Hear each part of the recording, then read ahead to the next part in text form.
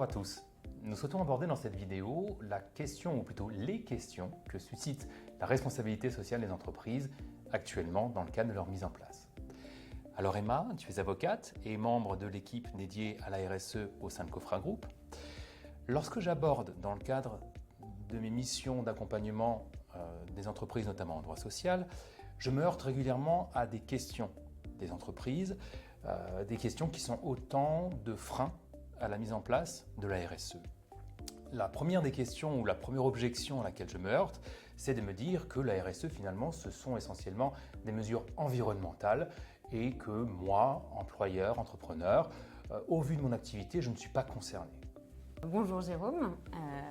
Alors c'est faux, il n'y a pas que le pilier environnemental qui compte pour mettre en place une démarche RSE, il y a également un pilier social qui est très important et également le pilier de la gouvernance qui peut intéresser toutes les entreprises, quelle que soit leur taille ou leur activité. Donc c'est finalement, au vu de la situation propre à chacune des entreprises, de déterminer quels sont les piliers sur lesquels il est le plus opportun d'entreprendre une démarche.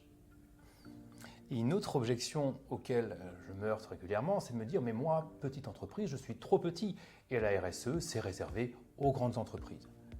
Alors encore une fois, Jérôme, c'est évidemment faux.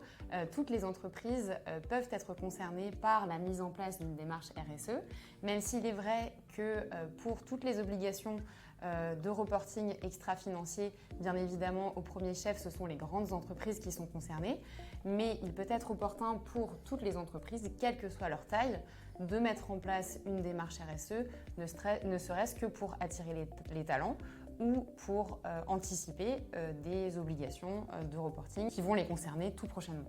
Et que réponds-tu aux entreprises qui nous disent que la RSE, c'est un frein à la croissance ? Alors je dirais même que c'est le contraire.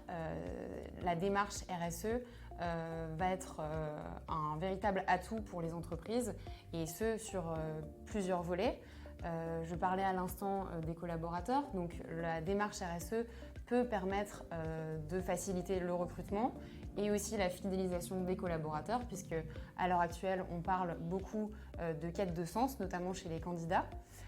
Il y a également le sujet du financement des entreprises puisqu'à l'heure actuelle, lorsqu'on sollicite l'obtention d'un crédit à la banque, les établissements bancaires commencent à regarder de plus près les objectifs RSE que se fixent les entreprises pour octroyer des financements, mais également pour l'obtention de marchés publics.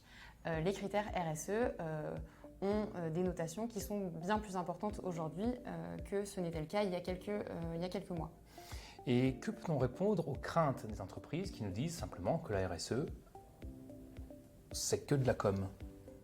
Alors la RSE, c'est pas que de la com, si ça s'accompagne évidemment d'actions concrètes et d'une démarche sincère. Et pour cela, le mieux, c'est d'associer tous les collaborateurs, dans un premier temps, faire un état des lieux avec toutes les parties prenantes pour déterminer la meilleure stratégie. Et dernière objection qu'on m'oppose, c'est de dire la RSE, ça coûte cher. Alors, la RSE ne coûte pas forcément cher puisqu'il existe toutes sortes d'actions concrètes très faciles à mettre en œuvre et qui sont déjà à la portée de chacun. Mais pour cela, il suffit de se poser dans un premier temps pour regarder ce qui est le plus opportun en fonction de votre activité et de votre taille. Donc, si on résume, la RSE, c'est pas réservé pour les plus grands, ça coûte pas cher, c'est pas que de la com, et si c'est mis en place de manière sincère, ça n'a que des avantages, puisque ça présente des avantages en termes de recherche de financement auprès des établissements bancaires, ça présente des avantages en termes de recrutement et de fidélisation des salariés, ça représente des avantages en termes de compétitivité dans les réponses aux appels d'offres, et accessoirement, ça fait du bien à la planète et à l'humain. Exactement, c'est un bon résumé. Donc, il faut y aller ? Il faut y aller. Eh bien, allons-y.